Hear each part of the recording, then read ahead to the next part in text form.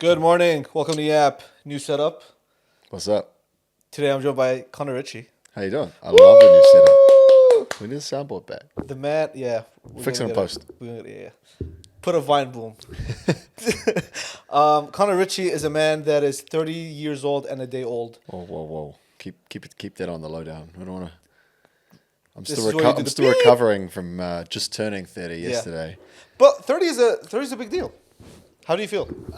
Well, it's a weird one. See, it is a big deal. It's Yeah. a milestone, but it's the second biggest deal this week, which is because I'm getting married on Saturday. So the whole 30th thing is just Yeah. completely blown over by the wedding, which Yeah. is way bigger, way more important. Yeah. And we'll have a 2-for-1 celebration on Yeah. Saturday. It'll be the biggest 30th of my life. Yeah. Well, you only have one, but It's funny. Was that on purpose? Did you have your wedding like so close to your birthday on purpose? Is this like the narcissist in you? no, it was a date that was floated and we were looking at dates, and I was like, let's do it because it's like one less thing to organize. Why plan two events? You can have one big event. Yeah.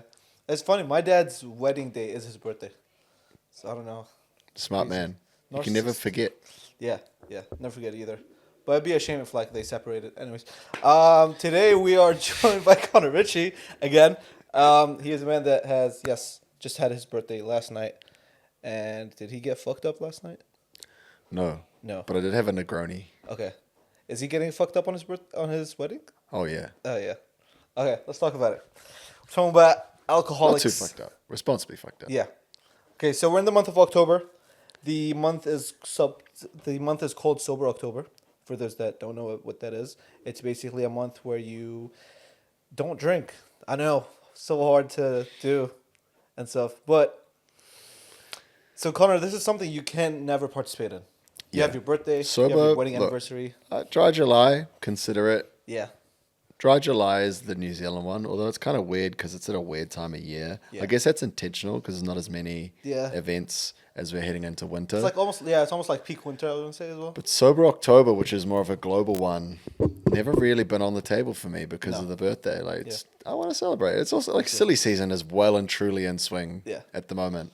It's those last like 3 months of the year, October, November, December, like This is like consistent events. Yeah. It's crazy. yeah, amongst like everything, across everything, and now you have your birthday on top of that and your wedding.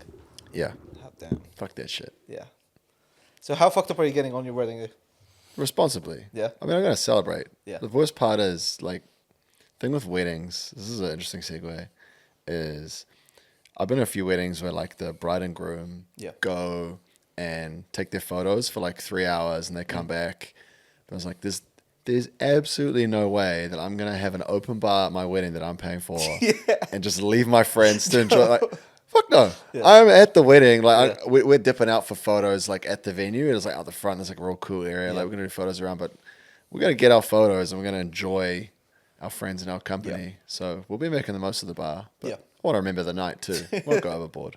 Get it all on camera. That's the hack. I think. True. Oh yeah, we got that too. So Yeah, got a videographer. So Sober October is the month where people stop drinking, and it's been a rising movement, honestly, up until this month, I guess.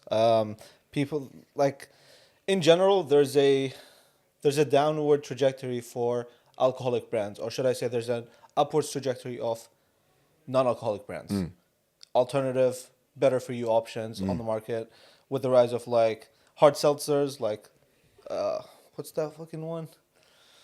The super popular one from America. Oh no, I don't have it. White Claw. No. Yeah, it's White Claw. White Claw, yes. Yeah. White Claw, sorry. I was like, can't yes, hear it now. is. Yeah, White Claw. Even like with the rise of like influencer brands like Happy Dad with Nelk and stuff. People are like not going as hundies. Yeah, I think that it's such a big thing for the new generation. They're built different.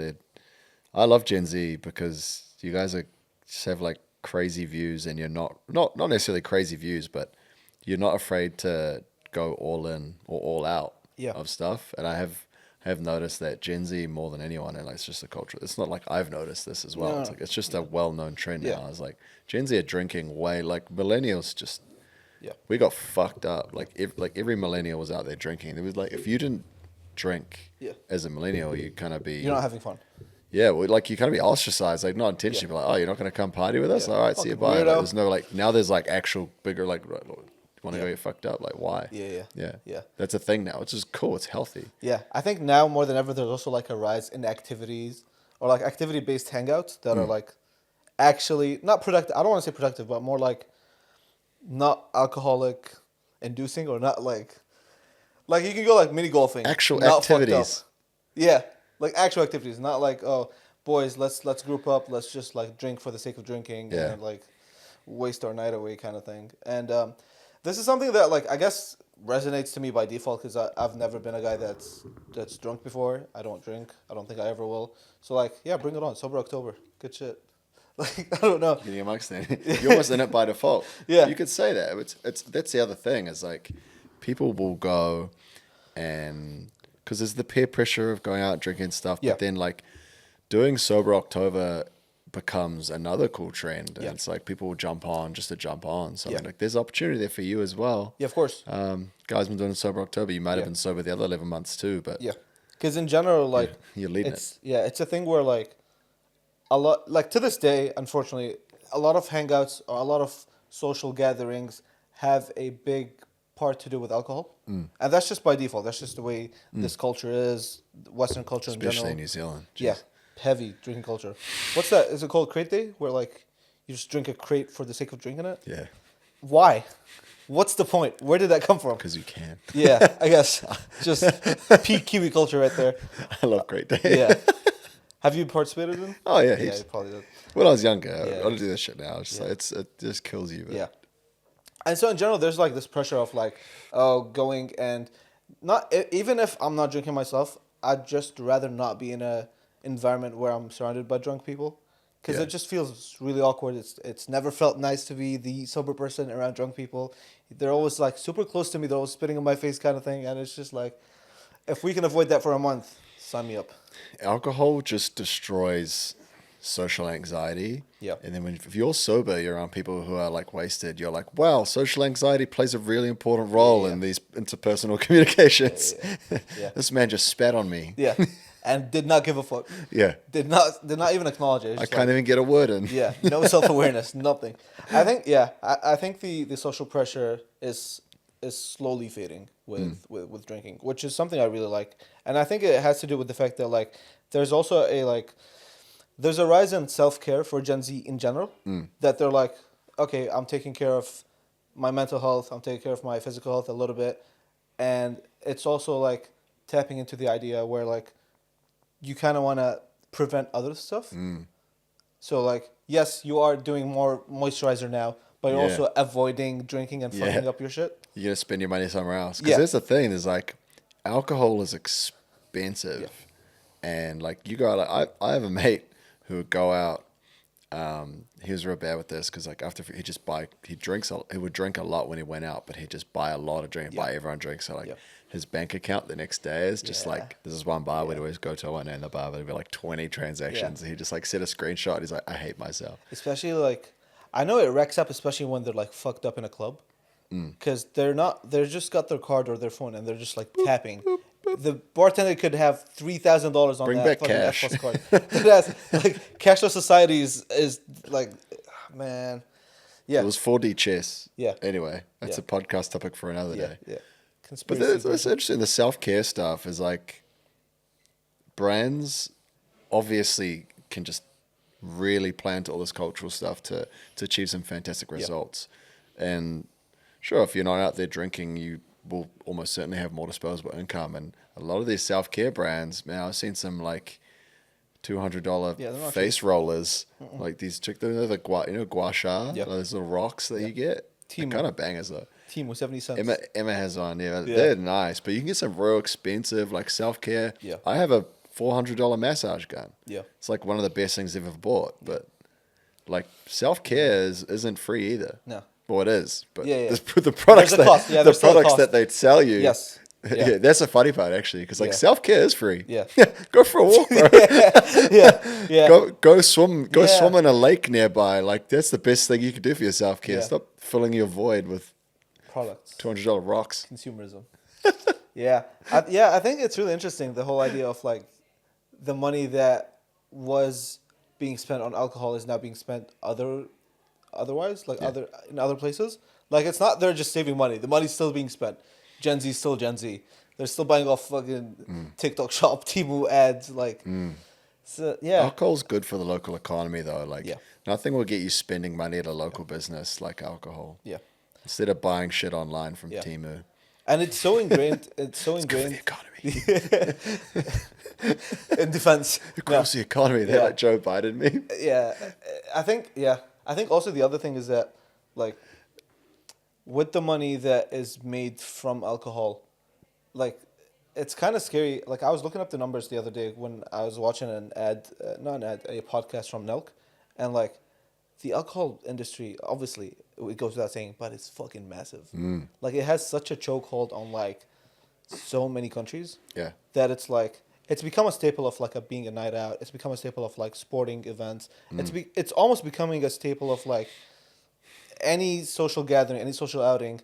It would only make sense if there's an alcoholic beverage around. That's kind of the problem, but also the opportunity, depending on how you look at it with alcohol, is Yeah. that like it makes most things better. Yeah, yeah. I guess I'll never know. Except driving. Don't Yeah. drink and drive. Yeah, obviously.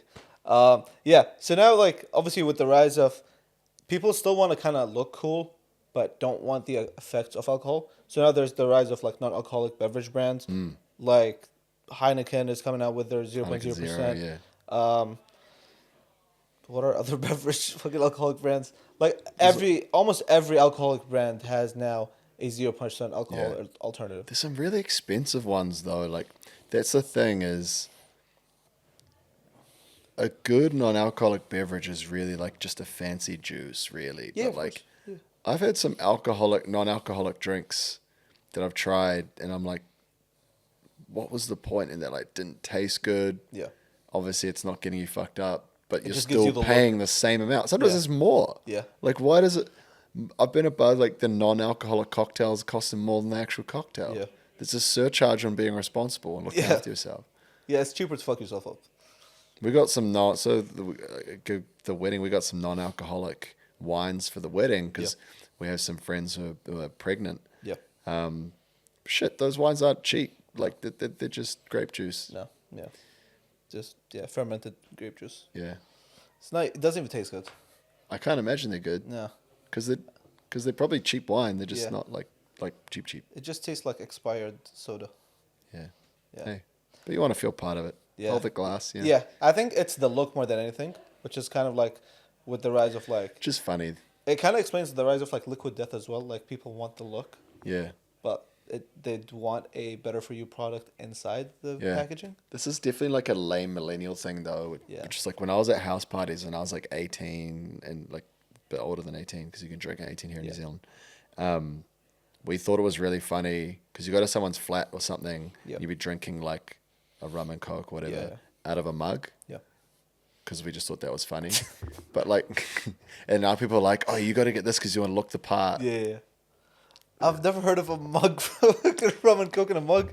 Or because like someone would be at your place, you're like, I want a drink. You like Yeah. pour their drink in the Yeah. mug or like whatever. It's also Yeah, the that's thing you silly. give your friend because they're not expensive as some of the glasses. Yeah, of course. Yeah, and so Cheap now mug. Gen Z is just like, will Gen Z be the downfall of the alcoholic industry? The No. alcohol industry. I don't think so. Well, it might shrink the alcohol industry, Yeah, but it's already so big. yeah. I think they could just like the alcoholic brands. I think they could just pivot and go like all in on their like non-alcoholic beverages, like Coke with Coke Zero, Pepsi with Pepsi Max. You know who drinks a lot though is boomers. Yeah, Like my parents and my mates' parents drink just as much, if not more, but their drinking is different. Like millennials will go and get like wasted on the weekend. Yeah. Gen Zs were like, oh, I'm not drinking, and they just Yeah. go do drugs. The boomers are drinking like they're like three. like it's water. Not using the term in like a derogatory sense Yeah. because boomers get a lot of hate on the internet, but like that generation of people Yeah, will just go and have like 3 drinks on a weeknight watching TV. But Yeah. like, I think millennials are deep enough in their self-care hole now Yeah. to realize that that's just killing your sleep. yeah, of course. Like it's balance. Yeah, I guess we're picking a lot of that up from Gen Z too. A little bit. Because Gen Z are by and large, the content creators. Like, Yeah. they put out way more content than anyone else. Yeah. And the millennials are consuming that too. Yeah. Yeah. And so now Gen Z's avoiding, like, I guess Gen Z is now finding pleasure in other things except other than like going for a drink. Like, there's more activity based stuff. There's more, like, I don't know. Like, there's the rise of like picnics now. There's the rise of like going and just painting with a friend. Like, just more like mindful stuff, good for your mind kind of Golf. thing. Yeah. Play golf. Yeah. That part. Hit up Nice Shot if you're in New Zealand. Fuck yeah, this guy, man. I got you. This man is crazy. No, but what Gen Z is doing nowadays instead of drinking is going to the cinema. Speaking of the cinema, we're talking about cinema ads. Cinema ads. Cinema ads. Man, Cinema that ads. was a Cinema good segue. ads. Thank you, man. It's almost like it was your idea. Cinema ads are Break in the the mix. fourth wall. Yeah, I see you. Cinema ads are in the mix because I think it's something that has never really been highlighted to me.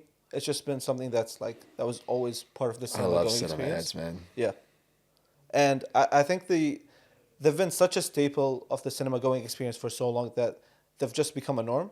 Whereas everything else around us, around me, around you, has been evolving, but the cinema going experience has not. And those 15 to 20 minute ads of pre-movie in the cinema are ads we haven't missed. We don't miss. I'm gonna be clean. I'm gonna come clean. I used to be an ad block user. I still am. We work at a marketing agency, guys. That's fine. Yeah. I still am with my local. We make like, organic laptop. content mostly. Yeah. Good. Organic, the organic. And so yeah, and like the cinema is one of the only places where I can sit down and really experience an ad for a extended amount of time that I can't skip. I can't just look away from. It's not a billboard I'm driving by.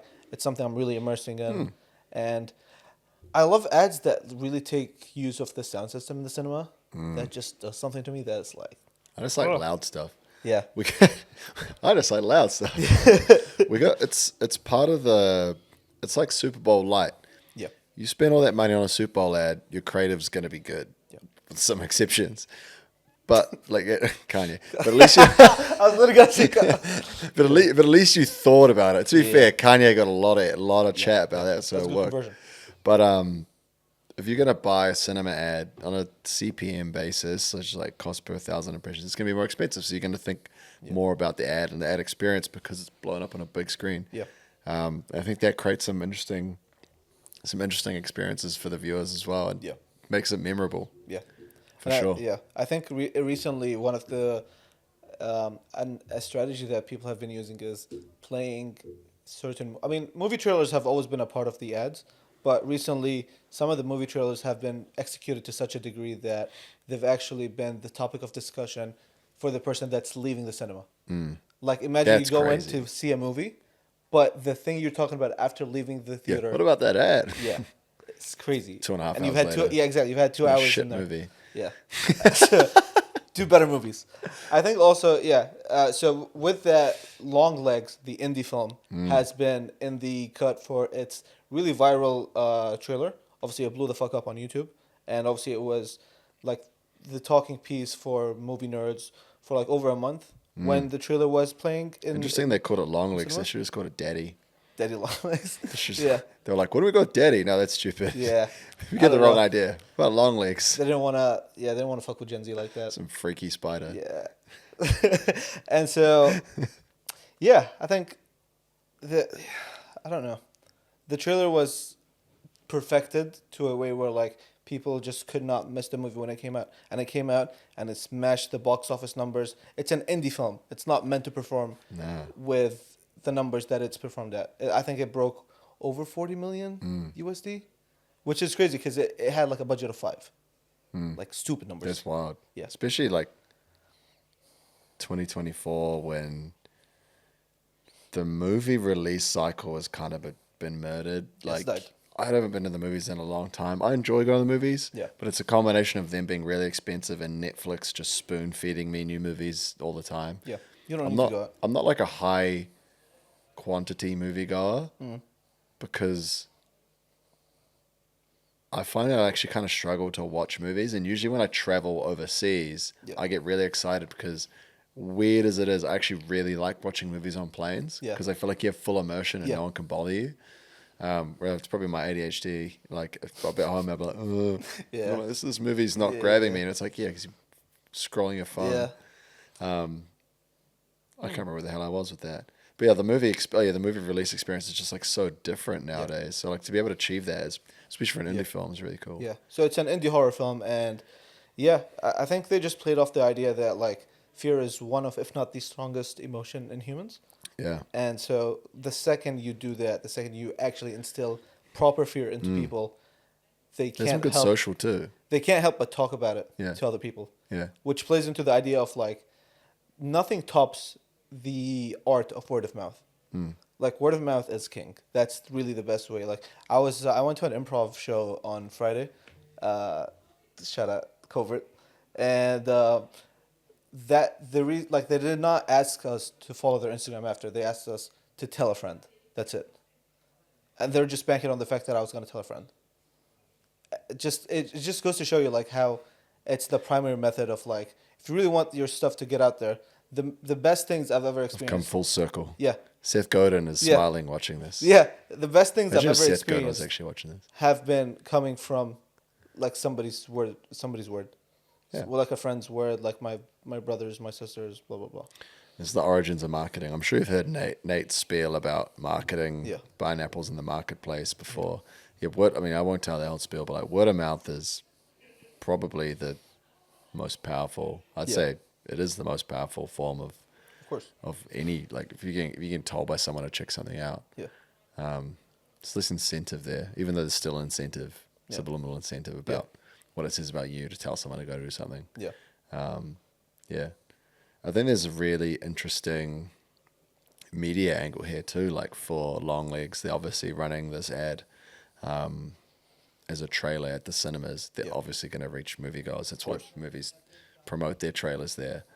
But people that are first movers in any category, for example, people who go watch the latest movies, there's a certain set of psychological kind of nuances or traits that often go along with that. And one of them is like they're also more likely, like they're going to see shit, not because they are, I can't remember the word for it, but they love new things and new experiences, but also because it's what it says about them. They want to be the guy that's going and seeing the movie, which means that they're going to go talk about it.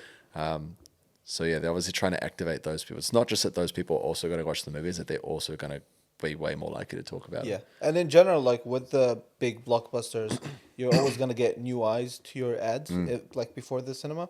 And it's just, I don't know, it's something about a cinema that like, it's socially acceptable for you to watch the ads there.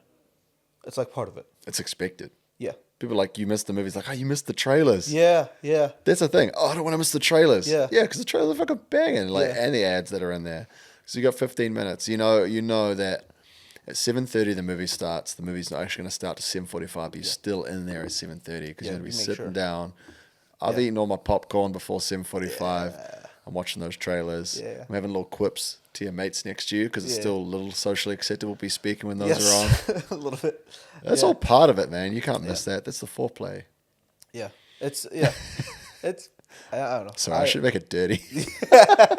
No, I love the cinema. And I think there's like a really smart play for like brands to position their ads in a way where it complements the genre of the movie they're going to play at. Obviously, I don't know if they can pick. I don't think they can pick like what movies. Oh, you'll be able to. Yeah, for sure. I reckon you will. You think? Yeah, I've never bought. I've done a lot of media buying. I never bought movie ads myself, but I've looked at rate cards. In New Zealand, maybe you couldn't, but in big movies overseas, in the big cinemas, you'd totally be able to pick. Yeah. Because they have like bespoke creative for specific movies. Yeah. Because it's targeting as well. Yeah. Like it's not just movies. Like there's a big release coming out. I don't know, like Iron Man for some reason. But like if there's a lot of hype around the new Idol, Deadpool would be an easy example. Like if you can get good creative in front of a Deadpool movie that plays on that tone of humor, you're way more likely to be remembered. You're gonna have a banger. Yeah, I think like the example I was thinking of is like if you're playing like, let's say, before Long Legs, and it's like a horror movie where like everybody dies, if you or maybe like Spoilers. Fast and Furious, if you do like car insurance before that, There was a people win. there was a Kiwi ad campaign that won a lot of awards, and it was one of those crime shows Yeah. where it was something to do with like the morgue or something, and the person dies. Yeah. And there was a life insurance. It was a life insurance campaign. Mm. So at the end of every episode, where it's like you found out how someone died, Yeah. their body rolled out of the morgue Yeah. and started the corpse and started speaking to the camera. It's like, God, I wish I got life insurance or something like Crazy. that. Like, I haven't seen the specific creator, Yeah. but I've seen this reference at a lot of like Yeah. ad campaign decks. I was like, that's wild idea. Yeah. And they had like the actor for each show was obviously an Oh, what integration the they did. damn. So it's like this show had ended and then they like plugged the Yeah, life yeah, yeah. insurance thing. It's like, what was this whole thing a life insurance ad? Yeah. Crazy. Yeah. I'll send you that. It's like such I a need it. there's some interesting shit you can do when you get the Yeah. right partnership. Yeah. It just it's a match made in heaven if you get the right ad before the movie. Yeah. I think with that being said, guys, thanks so much for tuning to the YAP Podcast. Connor, do you have any final words? Go to the movies. Yeah. Happy wedding day. Happy birthday, Connor, Richie. We'll see Thanks, you man. tomorrow. Peace.